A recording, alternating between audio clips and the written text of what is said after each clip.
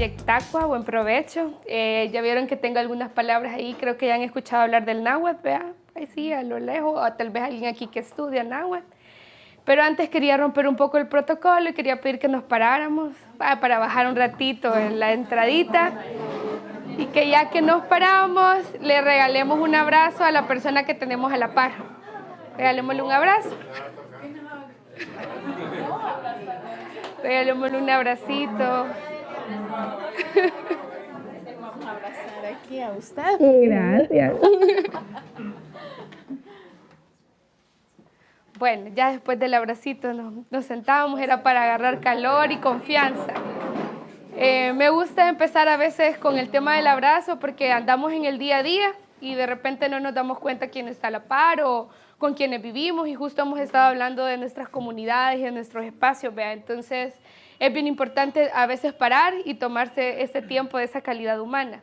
Y bueno, yo les quería compartir también un pequeño saludo. Primero que recuerden la palabra Chinactitzin. A ver si le tratamos de decir a la de 3. 1, 2, 3. Muy bien, que ya les voy a decir más adelante cuál es el significado. Y pues Yeyectayual, porque ya es de noche. Kentinemi, que en náhuatl sería buenas noches, ¿cómo estás? Entonces yo les voy a preguntar Yeyectayual, que ustedes me dicen Kentinemi y yo les contesto. Vamos a hacer así una dinámica para también practicar un poquito, vea. Primero, Yeyectayual. Otra vez, como que ya comimos la entrada. Yeyectayual. Muy bien. Kentinemi. Vale. Ahora yo les digo Yeyectayual y ustedes me dicen Kentinemi. Yeyectayual. Nemi pantililisti wan nemi nikan pal ne yangui guyu. Les dije, estoy muy feliz de estar aquí con mi nueva familia. ¿Por qué decir mi nueva familia? Porque creo que todas y todos somos como un gran árbol y somos parte de esto. Y quieras o no, a veces andamos por la vida y no vemos a la persona que está a la par, que también es igual que yo, siente, le duele y le pasan cosas, vea. Entonces, vamos a hablar un poco de qué hago yo. Bueno, yo soy parte de una organización que se llama Azul Originario. Precisamente habla sobre el tema afro e indígena. Yo me considero una mujer negra e indígena. Soy de acá de El Salvador, no soy de Brasil, de ningún otro lugar. Soy salvadoreña, porque ya me han preguntado, vea. Y eso también es importante porque creemos que las personas que tienen el cabello colocho o ciertas características son de otro país y no asumimos que acá en El Salvador también hay afrodescendencia. Y bueno, yo empecé cuando estaba un poco joven, cuando tenía como 13 años, a meterme en el tema del teatro. El arte, vea, el arte te empieza a sensibilizarte y acercarte a otros espacios y también aprender el añil. Aprendiendo el añil aprendí un poco de náhuatl, tuve la oportunidad de dar algunas clases y ahí fue que me fui metiendo un poco en el tema de mis raíces. Supe que tenía raíces indígenas, pero que también tenía raíces afro y fui coincidiendo. Ahí conocí a Gustavo, que él ya trabajaba, ya estaba metido desde antes, un poco antes en el tema. De hecho, yo llegué a un taller porque quería nada más saber cómo hacer con mi pelo, porque ya no lo aguantaba, ¿ve? ¿Qué hago con mi pelo? Y ahí me di cuenta de otro montón de cosas, vea. Poco a poco nos unimos con otras compañeras y compañeros, hicimos un emprendimiento social. Al inicio era el tema de vender las camisas de añil, vea, pero de repente esa idea fue cobrando otro valor, vea, y fuimos viendo que no es nada más la prenda, sino que es historia, sino que es parte de la identidad, y si vos no sabes quién sos, es mucho más fácil que cualquier persona te venga a decir, vea. Entonces, poco a poco empezamos a trabajar en eso, logramos hacer un esfuerzo que todavía estamos construyendo, que es una lotería en náhuatl, y la llevábamos a algunas comunidades enseñando palabras. Por ejemplo, yo les dije cuyu, que es árbol, pero también significa familia. Entonces también ese sentido poético y la cosmovisión y hablar temas que usualmente no abordamos desde lo ancestral, porque creemos que aprender náhuatl es algo que no te va a servir, mejor aprende inglés, aprende otra cosa, que también es importante, pero dejamos de lado nuestras raíces. ¿Cómo le hablan a un gato? Cuando ustedes le hablan a un gatito, ¿cómo le dicen? ¿O han escuchado? Mish, mish. Entonces, mishtun significa gato. Entonces hay muchas palabras que también utilizamos en el día a día y es el nahuañol, vea. O por ejemplo el huacal, que significa casa de agua. At es agua y cal es huacal. Entonces uno también va aprendiendo otras cosas a través de esto. y lo fuimos llevando a otros espacios. También empezamos a trabajar el tema de la comercialización un poquito más formal y a llevar también talleres a otros espacios de arte y cultura, y así transcurría mi día a día. También me gusta mucho el teatro, la música y la danza, y hasta que un momento algo pasó en mi vida. El día 5 de septiembre yo me encontraba en la Universidad Tecnológica conmemorando el Día de la Mujer Indígena. Estuve ahí toda la mañana, súper tranquila. Llegué al emprendimiento donde trabajábamos, estuvimos hablando de proyecciones, que íbamos a participar en unos concursos, que no sé qué, todo normal, vea. Yo creía que era una persona que había contribuido a la sociedad de cierta forma, vea. Y llegué a mi casa como alrededor de las 9 de la noche, no, 8 de la noche, y tenían 1 hora de estar interrogando a mi familia, 4 policías. Llego y los veo, vea, en mi casa, y me quedé así como, ¿qué pasa aquí, vea? Primero empezaron a decir que era por una cuestión de drogas, que ellos habían llegado a investigar, y empiezo yo a preguntar al policía, mire, pero no entiendo, le digo, ¿cómo es que me dice que por una denuncia de droga usted va a hacer un cateo? Yo soy trabajadora social, así que medianamente conozco un poco de algunos procedimientos, y le decía, mire, pero no puede ser, porque no es que yo le llamo y le digo, mire, mi vecino vende droga, vaya a hacerle un cateo, usted va mañana, aquí tiene que haber algo más para que haya un cateo, y empiezo a preguntarle, vea. Cuando el policía vio que yo estaba preguntándole mucho, se levantó el navarrón y me dijo, mire, realmente, me dijo así, yo vengo acá porque vengo a llevármela a usted, me dijo. Yo traigo una orden de captura a su nombre. Y yo me quedé así como, ¿qué? En ese momento todos pensamos como, se está confundiendo, vea, mire, enséñemela, que no sé qué. Y estaba mi nombre, mi dirección, el nombre de mi familia, mis papás. Y ahí para mí fue como la vida me cambió completamente, vea. Yo dije, no puede ser, ¿por qué? Y me empezó a hacer preguntas, vea, si yo había prestado mi DUI, si yo esto, si yo lo otro. Y yo le dije que no, que yo nunca había utilizado nada de lo que él me estaba diciendo, vea. Pasó así, y para mí uno de los momentos más difíciles, vea, es ver a tu familia, vea, ver a tu mamá que se quiere aferrar, que quiere salir corriendo detrás del carro patrulla. Entré a mi cuarto y lo vi. Y me puse a pensar, bueno, uno cómo empaca para irse para la cárcel. Entonces, entré en un shock, no supe qué hacer. Por suerte, las mamás siempre saben qué hacer. Mi mamá me hizo toda la maleta y me fui, vea. Yo en ese momento dije, ¿para qué? ¿Para qué tantas cosas? ¿Para qué tanto trabajo? ¿Para qué hacer para venir a terminar este lugar, vea? Y que la gente al entrar me decía, la policía era como, ¿y vos de qué pandilla sos? Y yo no soy pandillera, yo soy trabajadora social, yo hago esto, yo hago lo otro. Ah, bueno, y si no sos pandillera, ¿tu marido de qué pandilla es? Porque vos andás recogiendo extorsiones, y empieza el interrogatorio, vea. Entonces, a partir de eso yo dije, bueno, aquí, porque llegó un policía y me dijo, mire, me empezó a interrogar, yo le expliqué todo lo que hacía, todo lo que era, y me dijo, mire, ¿sabe qué? Al final no importa, me dijo. Usted está aquí por un delito de extorsión, me dijo, y las extorsiones son de los delitos más graves, así que sea inocente o no, usted va a quedar detenida. Y hágase la idea, me dijo, que va a estar por lo menos 20 años.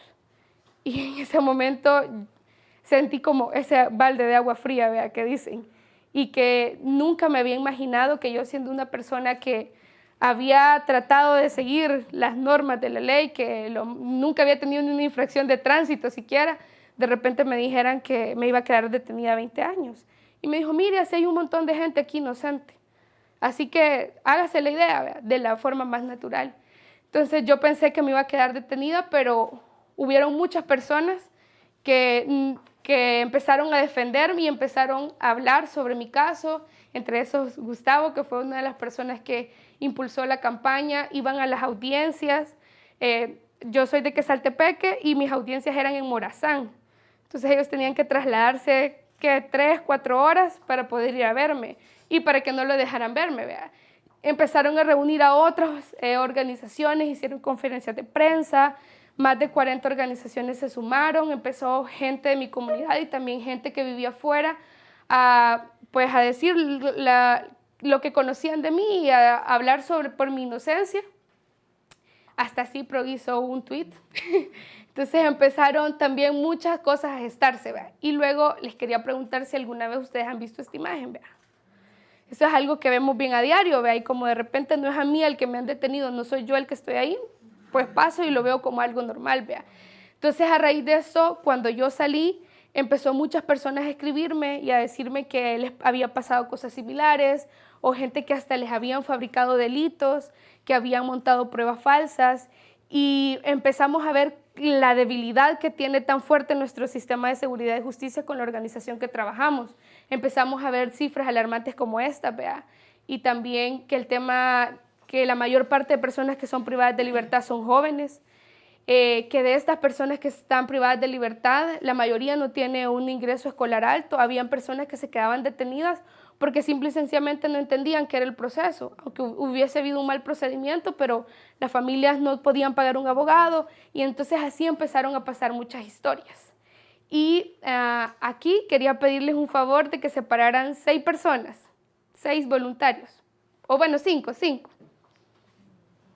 1, 2, 3. Pues les iba a pedir el favor si pueden ir leyendo un párrafo de cada pedazo. Empezando de aquí, perdón, y acá.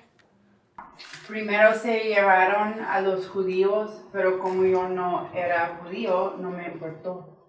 Después se llevaron a los comunistas, pero como yo no era comunista, tampoco me importó. Luego se llevaron a los obreros, pero como yo no era obrero, tampoco me importó. Ok, continúo. Más tarde se llevaron a los intelectuales, pero como yo no era intelectual, tampoco me importó. Después siguieron con los curas, pero como yo no era cura, tampoco me importó. Ahora vienen a por mí, pero ya es demasiado tarde. ¿Qué nos deja lo que acabamos de leer?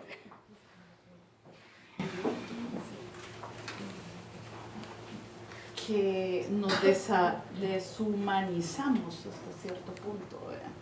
Mientras no me toca a mí esa realidad, no me importa la de los demás.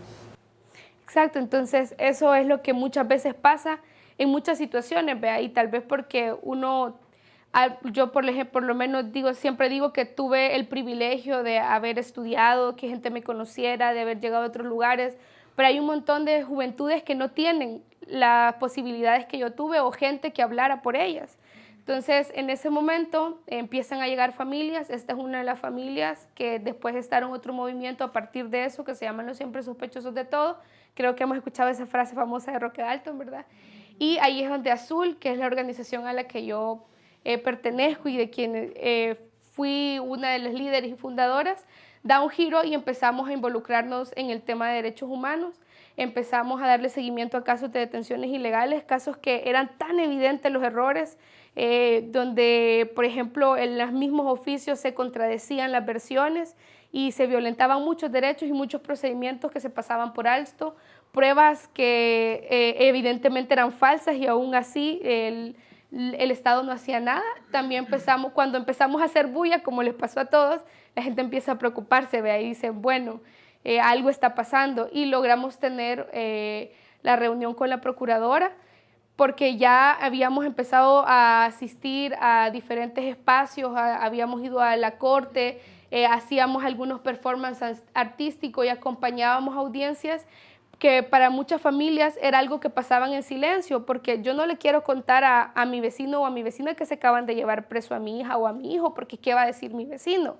¿Qué va a decir la gente? ¿Lo van a tildar? Entonces muchas familias empezaron a romper estos silencios, y también tuve la oportunidad, por ejemplo, de viajar a Perú y a Colombia a hablar sobre cómo un proceso de posguerra no resuelto acarrea muchas problemáticas, porque también aquí tenemos estos temas de represión y de una seguridad muy débil y muy frágil por muchos traumas que venimos cargando sin resolver, vea. Y justo en Colombia estaban pasando el proceso de paz, entonces era importante hablar cómo otros países, al no haber utilizado un mecanismo adecuado para afrontar la posguerra, habíamos tenido fuertes repercusiones al nivel de seguridad y justicia. También empezamos a formar a las y los compañeros. Yo escuché decir ella, por ejemplo, la educación. Yo creo que la educación es algo bien importante, decía. También nosotros empezamos a decir, a veces uno no sabe, yo no sé, quizás tal vez aquí sí, pero digamos, si ustedes ahora les llegaran a decir que están pasando por un proceso, supieran que es lo primero que tienen que hacer. Primero dice uno, llamo a mi abogado, pero legalmente, ¿qué es lo que puedo hacer? ¿A dónde tengo que ir? ¿A qué instancia le corresponde? Entonces, a la larga, si estas instancias no están fortalecidas, nos pueden afectar a todos y a todas, porque nuestro sistema de seguridad es tan débil. Imagínense que en mi caso, Tigo Money no había actualizado su base de datos y envió mi nombre de un chip que reasignaron, que yo había utilizado hace como 5 años, y Tigo no actualizó su base. Entonces Tigo mandó el primer nombre que le apareció en la base de datos. Cuando ellos fueron a revisar después del proceso, ni siquiera no tenían fotos, no tenían un video, no tenían un voucher, no tenían nada que pudiese vincularme. Entonces, con mi nombre, buscaron mis datos, hicieron un cuadro, o sea, falsificaron una prueba porque hicieron un cuadro y eso le entregaron a la fiscalía. Y fiscalía lo único que se encargó fue que la policía buscara dónde vivía yo, punto. Y esa fue la investigación, y para esa investigación tuvieron 2 años, porque mi caso había sido 2 años atrás. Entonces, se imaginan, uno no se pone a pensar que eso le va a pasar, porque yo cancelé mi chip. De hecho, a mí me lograron dar medidas sustitutivas a la detención, porque cuando se presentaron todas las pruebas, estaba la cancelación de mi chip, estaba que yo ya no utilizaba esa cuenta. Aún así, Fiscalía apeló y me dictaminaron 4 meses de detención. Pero gracias a una audiencia especial y a todo el movimiento que ya se había hecho en redes y en otros espacios, solo estuve 1 mes. Pero aún así, una persona no debería estar ni 1 hora injustamente en la cárcel, vea. Entonces, eso era lo que también les quería comentar. ¿Se acuerdan de la palabra que es chinactitzin? Semillita, y para mí es importante decir que todas y todos somos una semillita que debe de actuar ahora para no lamentarnos del mañana, porque nuestra indiferencia también genera violencia. El ser indiferente a cosas que a mí no me están afectando, también en algún momento, cuando sea yo y cuando a mí me toque, voy a querer que otras personas me apoyen o hablen por mí. Entonces, quería compartirles eso y agradezco mucho su atención.